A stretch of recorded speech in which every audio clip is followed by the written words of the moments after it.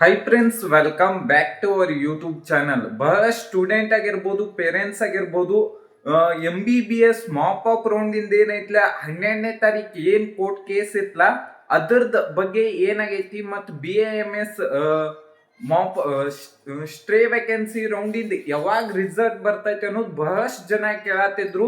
ಅದಕ್ಕೋಸ್ಕರನ ಈ ವಿಡಿಯೋದಾಗ ಕಂಪ್ಲೀಟ್ ಆಗಿ ಎಕ್ಸ್ಪ್ಲೇನ್ ಮಾಡ್ತಾನಿ. ಇನ್ನು ನಮ್ಮ ಯೂಟ್ಯೂಬ್ ಚಾನಲ್ಗೆ ಯಾರೆಲ್ಲ ಸಬ್ಸ್ಕ್ರೈಬ್ ಆಗಿಲ್ಲ ಅಂದ್ರೆ ಸಬ್ಸ್ಕ್ರೈಬ್ ಆಗ್ರಿ. ನೆಕ್ಸ್ಟ್ ಏನಂದ್ರ ನಿನ್ನಿ ಕೇಸ್ ಏನೈತ್ಲ ಪೋಸ್ಟ್ ಪಾಂಡ್ ಆಗೈತಿ. ಕೋರ್ಟ್ ಕೇಸ್ ಏನೈತ್ಲ 18ನೇ ತಾರೀಕು ಏನೈತ್ಲ ಪೋಸ್ಟ್ ಪಾಂಡ್ ಆಗೈತಿ. ಮತ್ತ BAMS ಸ್ಟೇ ವೇಕೆನ್ಸಿ ರೌಂಡ್ ಇದ್ ಏನೈತ್ಲ ಯಾರೆಲ್ಲ ಅಡ್ಮಿಷನ್ ಆಗೇರಿ ಅವರು ಕೂಡ ಏನೈತ್ಲ NRI ಸೀಟಿಗೆ ಏನೈತ್ಲ ಆಪ್ಷನ್ ಎಂಟ್ರಿನ ಮಾಡ್ಬೋದು. ಇಲ್ಲಿ ಏನೈತ್ಲ ಯಾವುದೇ ರೀತಿಯಾದಂತ ಫೀಸ್ ಅದು ಯಾವುದು ಚೇಂಜ್ ಆಗಂಗಿಲ್ಲ. ನೀವೇನೈತ್ಲ ಇಯರ್ಲಿ 6 ಲಕ್ಷ ರೂಪಾಯಿ ಫೀಸ್ ತುಂಬಲೇಬೇಕಾಗ್ತೈತಿ.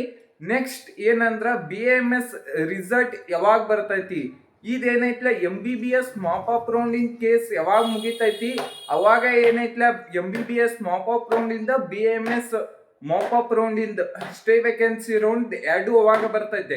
ಅನ್ಕ ಮಠ ಅಂತೂ ಪೋಸ್ಟ್ ಪಾನ್ ಮಾಡ್ತಿರ್ತಾರು. ವೇಟ್ ಮಾಡೋಣತ 18ನೇ ತಾರೀಕು ಏನ್ ಕೋರ್ಟ್ ದಿಂದ ಬರ್ತೈತಿ ಅಲ್ಲಿ ಡಿಸಿಷನ್ ನೋಡುನು. ಆದಷ್ಟು ಜಲ್ದಿ ಈಗೇನೈತ್ಲ ಬಹಳಷ್ಟು ಇದನ್ನ ಡಿಲೇ ಆಗತೈತಿ. ಆಲ್ರೆಡಿ ಏನೈತ್ಲ MBBS ಕ್ಲಾಸಸ್ ಅಂತೂ ಸ್ಟಾರ್ಟ್ ಆಗ್ಯಾವು. BAMS ಏನೈತ್ಲ ಟ್ರಾನ್ಸಿಷನ್ ಕರಿಕ್ಯುಲಮ್ ಆಕ್ಟಿವಿಟಿ ನಡೆಯತೈತಿ. Thank you.